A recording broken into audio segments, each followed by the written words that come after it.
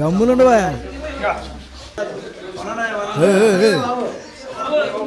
నాకు కూడా పని ఉందయ్యా. వెనక్కబావు వెనక్కబావు. షుగర్ లేదు ఏమీ లేదు. వెనక్కబావయ్యా వెనక్కబావు.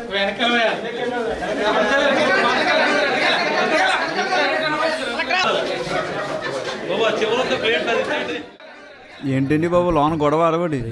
నాకేమో అర్థం కావడం లేదండి బాబు. ఇప్పుడు తిన్నామండి బాబు, తర్వాత వచ్చి తింటా. సాయంత్రం మీటింగ్ టైంకి ఒక 50 మంది వచ్చి మా ఊళ్ళో మీటింగ్ ఏంటి ఆపుతావా లేదా అన్నారు.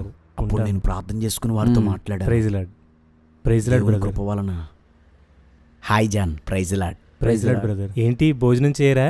చేస్తాం. ఇంకో 10 నిమిషాలు వెయిట్ చేస్తే అనారోగ్యంతో ఉన్నవారు, అర్జెంటుగా వెళ్ళేవారు, తిండికి అధిక ప్రాధాన్యతనిచ్చేవారు తినేస్తే ఆ తర్వాత చేద్దామని ఆగాం. చూసారా గొడవ?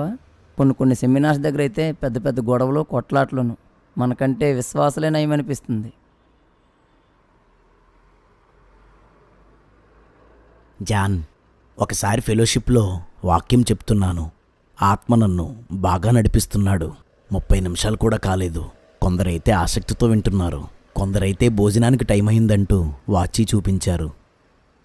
చాలా బాధేసింది. ఆత్మను ఆపేసి ముగించాను. కాసేపు లేటుగా తింటే చచ్చిపోతామా? తిండిబోతుతనము, నిద్రబోతుతనము సేవకునిలో ఉంటే అది అతనికే కాదు సంఘమంతటికీ ప్రమాదం. ఆదిమ సేవకులు బాహ్యానికి బలహీనంగానూ అంతరంగంలో బలంగానూ ఉండేవారు. ఇప్పుడు మనమంతా రివర్స్గా ఉన్నాం.